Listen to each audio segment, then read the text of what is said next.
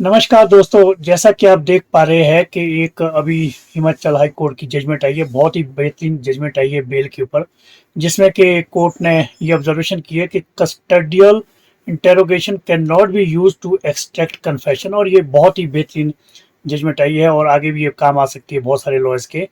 तो ये क्या है जजमेंट, ये मैं आपको बताता हूँ अभी थोड़ी देर में, और आप बने रहिए एंड तक। मैं ये इसके जो है रेफरेंस भी दे दूंगा कि कौन से केस में ये कब आई है और कौन सी ऑनरेबल बेंच ने ये जजमेंट दी है।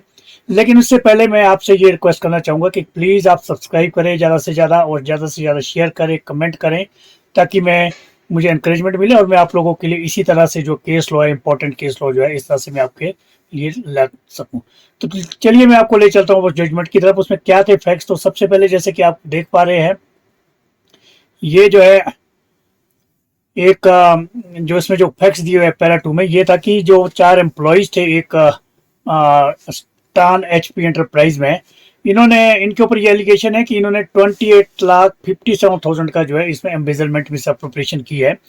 और ड्यूरिंग इन्वेस्टिगेशन जो है police is stated to have taken into possession the records maintained by the said enterprise.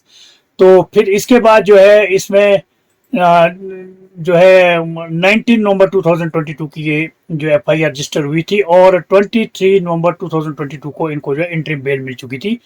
और ड्यूरिंग दिस पीरियड, ये जब तक ये जजमेंट आई है, ये लोग जो अक्यूज पर्सन है, ये जो पार्टिसिपेट करते रहे और इन्वेस्टिगेशन में, और जो भी मतलब कोऑपरेट करते रहे उसमें।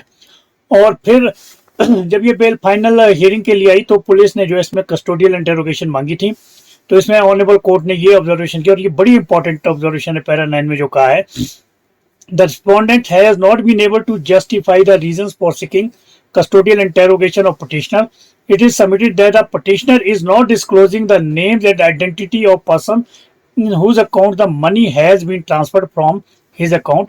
The grounds so raised on behalf of the respondents does not appear to be justified for the reason that the bank transaction can be ascertained by police from documentary evidence. बिल्कुल सही ये observation है ये honourable court की। As regards the allegation of money withdrawn by the petitioner from the account and the non-disclosure of the identity of the person to whom it has been disbursed, those facts may not be relevant for proving all the allegation level against petitioner. The investigation in a criminal case cannot be used as a recovery proceedings. और फिर बहुत सारा case law इसमें जो है discuss किया गया है ऑनरेबल हाई कोर्ट ने, जिसके बेसिस पे जो है कंसिडरेशन पे जो है ये जो है इसमें अल्टीमेटली बेल ग्रांट की गई है। और पैरा 14 में ये लिखा है, keeping in view the facts of the case the petition is allowed and the petitioner is ordered to be released on a bail in case of his arrest. तो ये एक बहुत अच्छी जजमेंट आई है एक इस इशू के ऊपर कि कस्टडियल इंटेरोगेशन हर केस में जुड़ी नहीं होती है, और जबकि डॉक्यूमेंट्री एविडेंस है, डॉक्यूमेंट सारे कलेक्ट हो चुके हैं, और जो कि और दूसरी कंडीशंस होती है कि during the course of interim bell जो है पार्टिसिपेट किया है इन्वेस्टिगेशन में, कोऑपरेट किया है, और कोई थ्रेट नहीं किया है कोई किसी विटनेस को, तो वो सारी कंसिडरेशन के ऊपर जो है ये बेल ग्रांट की गई है। तो आशा करता हूं कि मैं ये जजमेंट आपके काफी काम आएगी। और ये किस केस में जजमेंट आई है, तो मैं ये आपको अब रेफरेंस दिखाता हूं। ये जो है इस केस में आई है, और ये जो है ऑनरेबल मिस्टर जस्टिस सत्येंद्र जी की कोर्ट से ये बेल अलाउ हुई है।